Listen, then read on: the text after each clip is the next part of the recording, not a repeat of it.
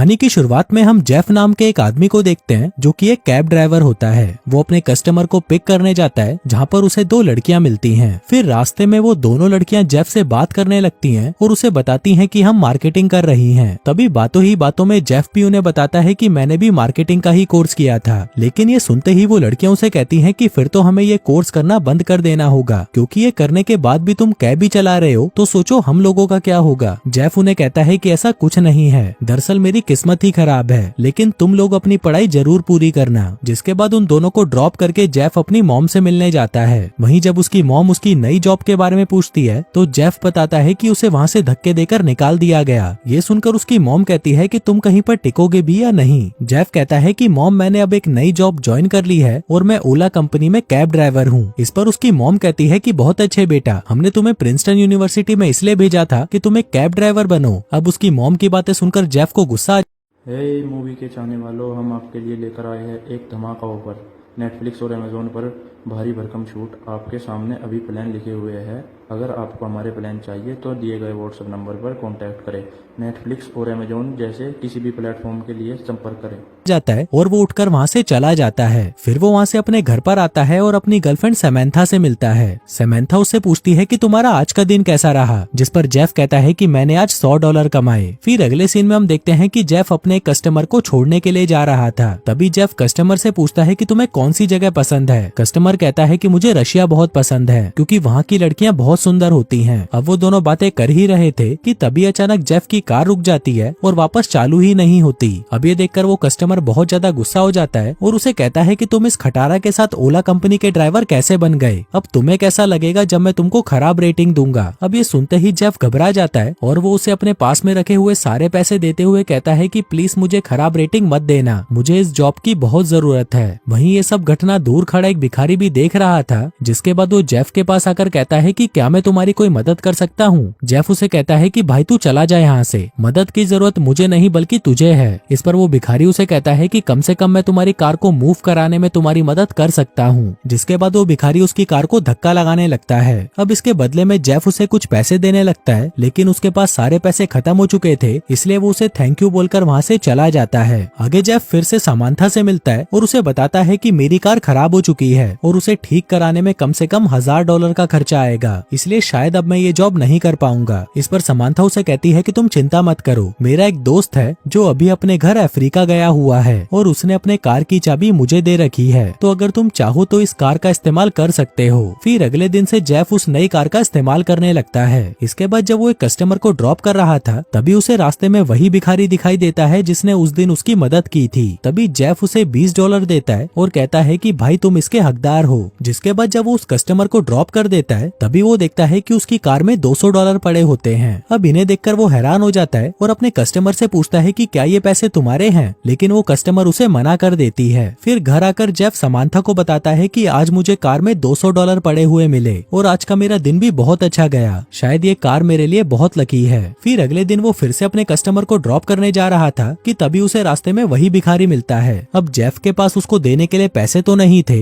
लेकिन इसके बदले में वो उसे अपना लंच दे देता है। जिसके बाद जब वो अपने कस्टमर को ड्रॉप करता है तो उसे कार में बहुत सारी खाने की चीजें मिलती हैं। वो अपने कस्टमर से पूछता है कि क्या ये आपका है, जिस पर कस्टमर कहता है कि नहीं। फिर घर आकर जेफ अपनी गर्लफ्रेंड से पूछता है कि क्या ये सामान तुमने कार में रखा था, लेकिन समांथा उसे मना कर देती है और कहती है कि मैंने कार में कुछ नहीं रखा। अब जेफ हैरान था कि ये सभी चीजें उसकी कार में कैसे आ रही हैं। समांथा कहती है कि शायद ये सब तुम्हारे कस्टमर ने रखे होंगे, जिस पर जेफ कहता है कि नहीं, अगर मेरा शक सही है तो इसका जवाब मैं तुम्हें कल दूंगा। जिसके बाद अगले दिन जब वो अपने काम पर वापस आता है तो वो अपने साथ बहुत सारे जूतों के डिब्बे लेकर आता है। समांथा पूछती है कि तुम्हें इतने सारे जूते खरीदने की क्या जरूरत थी। जेफ कहता है कि मैंने ये सब नहीं खरीदे और मुझे पता चल चुका है कि ये सब कहाँ से आ रहे हैं। वो बताता है कि ये सब उस भिखारी की वजह से हुआ है और शायद वो ही मेरे लिए गुड लक की तरह है, क्योंकि जब भी मैं उसे कोई चीज देता हूँ तो बदले में मुझे वो चीज 10 गुना होकर मिलती है। जैसे जब मैंने उसे $20 दिए थे तो मुझे बदले में $200 मिले और जब मैंने उसे अपना लंच बॉक्स दिया तो मुझे बदले में 10 लंच बॉक्स मिल गए और अभी मैंने उसे अपने पुराने जूते दिए तो बदले में मुझे 10 डिब्बे जूते के मिल गए। अब ये सब जानकर वो दोनों बहुत ज्यादा खुश हो जाते हैं। जिसके बाद अगले दिन से जेफ हर रोज उस भिखारी को कुछ न कुछ सामान देता रहता था, जिसके बदले में उसे उसका 10 गुना ज्यादा मिलता था।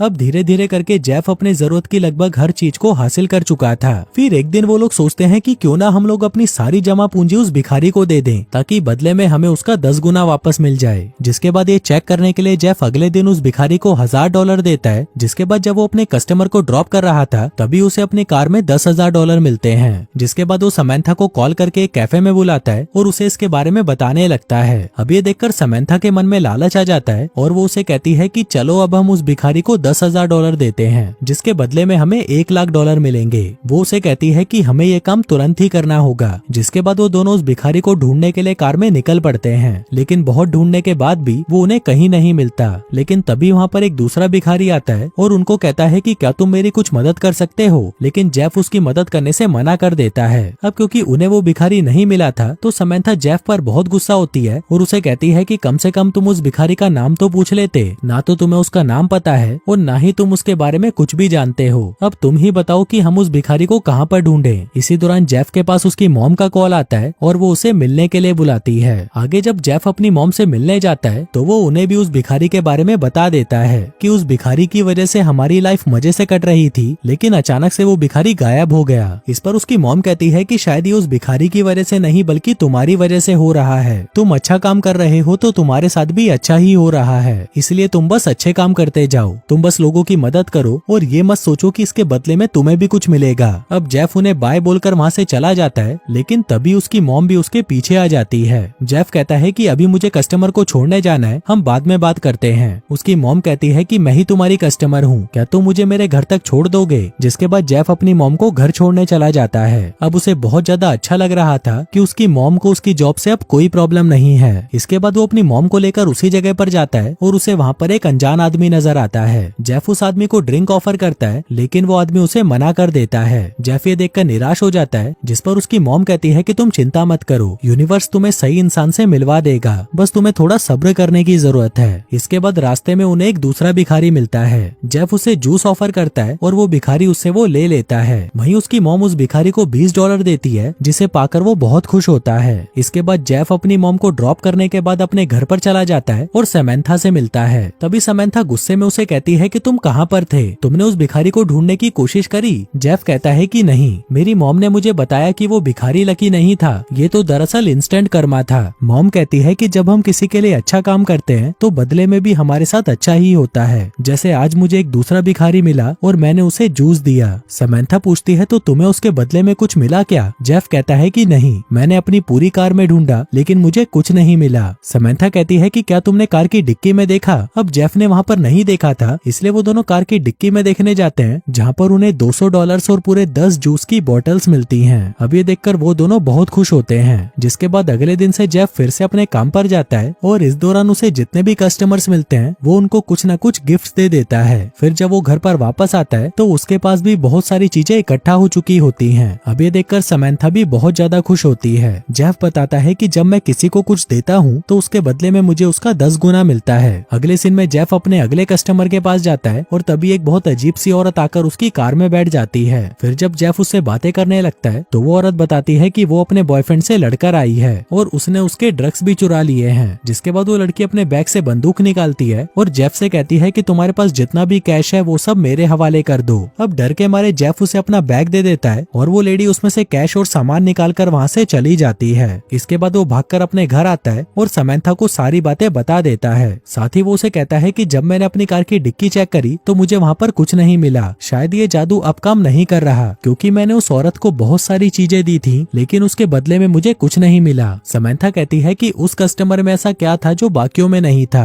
तभी जेफ को सब समझ आ जाता है और वो उसे कहता है कि मैंने उस लड़की को अपनी मर्जी से कुछ नहीं दिया, बल्कि उसने तो मेरे से वो सब छीन लिया। शायद इसीलिए ये जादू काम नहीं करा। अगले सीन में जेफ फिर से अपने काम पर जाता है तो उसे वहाँ पर वही भिखारी मिलता है जो उसे कहानी की शुरुआत में मिला था। उस भिखारी को देखकर जेफ बहुत ज्यादा खुश होता है और उससे पूछता है कि तुम इतने दिनों से कहाँ पर थे। वो भिखारी उसे बताता है कि तुमने जो मुझे पैसे दिए थे वो कुछ गुंडों ने मुझसे छीन लिए और बदले में मुझे बहुत मारा, जिसके कारण मैं कुछ समय के लिए अंडरग्राउंड हो रखा था। अभी सुनकर जेफ उस भिखारी को अपनी कार में बिठाकर ले जाता है और एक घर के पास आकर अपनी कार रोकता है। वो उसे कहता है कि अब से ये घर तुम्हारा है, तुम यहाँ पर 6 महीनों के लिए रह सकते हो और इसका किराया मैं पहले ही दे चुका हूँ, और अगर तुम्हें कुछ भी चाहिए हो तो तुम मुझे बताना। अब इतना सब कुछ पाकर वो भिखारी उससे पूछता है कि आखिर तुम मेरे लिए ये सब क्यों कर रहे हो। जेफ कहता है कि दरअसल मैं कुछ अच्छा करना चाहता हूँ, क्योंकि कुछ दिनों पहले मेरे साथ भी कुछ ऐसा ही हुआ था। इसके बाद जेफ एक नए कस्टमर के पास जाता है जो कि एक अजीब सा इंसान दिख रहा था और वो दिखने में एक पागल लग रहा था। तभी रास्ते में जेफ को उसका एक दोस्त मिलता है जो कि अपनी माँ का इलाज कराने के लिए उससे कुछ पैसे मांगता है और जेफ उसे वो पैसे दे देता है। फिर उस पैसेंजर को घर छोड़ने के बाद जेफ घर पर आता है और समंथा से कहता है कि अब हम करोड़पति बन चुके हैं, क्योंकि उसे उसकी कार की डिक्की में बहुत सारे पैसे मिले थे और उसे लग रहा था कि ये सब उसे उसके अच्छे कामों की वजह से मिले हैं, जिसको देखकर वो दोनों बहुत खुश होते हैं। फिर अगले दिन जेफ को उसी पागल आदमी का कॉल आता है जिसे उसने कल रात को ड्रॉप किया था। वो आदमी उसे कहता है कि तुमने जो मेरे साथ किया वो बहुत गलत है, इसलिए मैंने तुम्हारे दोस्त को किडनैप कर लिया है। अब अगर तुम्हें तुम्हारा दोस्त जिंदा चाहिए तो तुम्हें मेरा सारा पैसा वापस करना होगा। उस बैग में 1 करोड़ रुपए है जो मैंने तुम्हारी कार में छोड़ा था। जेफ कहता है कि मेरे पास तुम्हारे कोई पैसे नहीं, जिस पर वो आदमी कहता है कि मैं ये सब नहीं जानता, अगर तुम अपने दोस्त को जिंदा देखना चाहते हो तो मेरे सारे पैसे वापस करो।